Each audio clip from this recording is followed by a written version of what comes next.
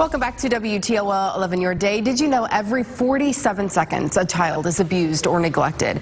But it is possible for those children to overcome their hurt and become successful, inspirational adults. U.S. Navy man Walt McKinley is the perfect example, and he joins us this morning. Good morning. Thank you so much for joining us today.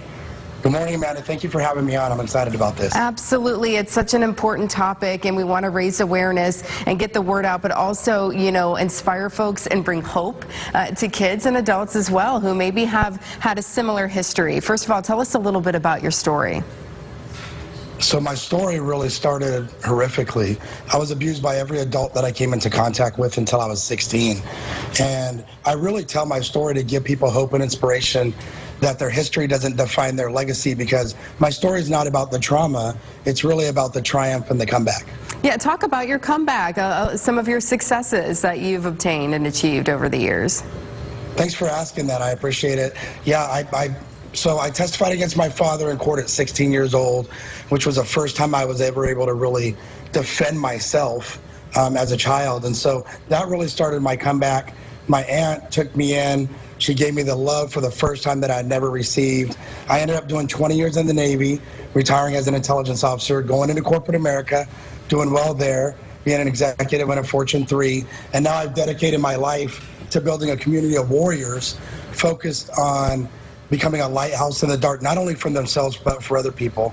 And then on a personal note, been married 22 years, been with my wife 25, and have two beautiful teenage daughters. So I'm a lucky and blessed man, that's for sure. Wow, yeah, you found a way to not let your past, turn your future, negative, and you've found a way to turn things around. So you have some advice. You have a book, first of all. Tell us a little bit about your book, and then some of the advice that you have for folks.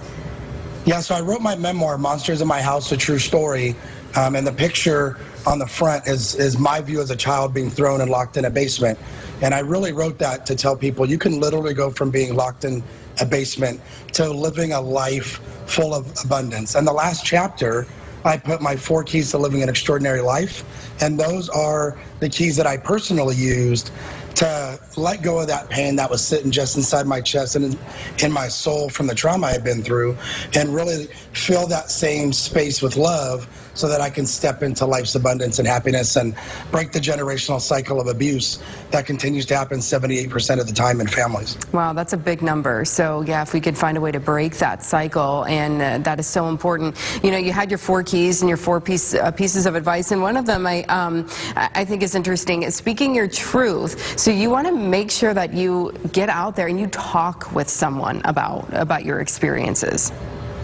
Yeah, the reason I did was to give those people who feel like they've never had a voice for the first time. And if we don't have these tough conversations, if we're not realistic about the things that are happening, we'll continue to perpetuate the cycles. And so speaking your truth for me out loud for the first time was like I was drowning my whole entire life, and I came up for this breath of fresh air for the first time. And so I tell people that is really a key to stop running and hiding from your trauma and to face it for the last time so that you can move forward and start to look out the windshield of life. And that's when you've accepted and acknowledged that. But also a big one is forgiveness. And I would have to imagine that is particularly difficult.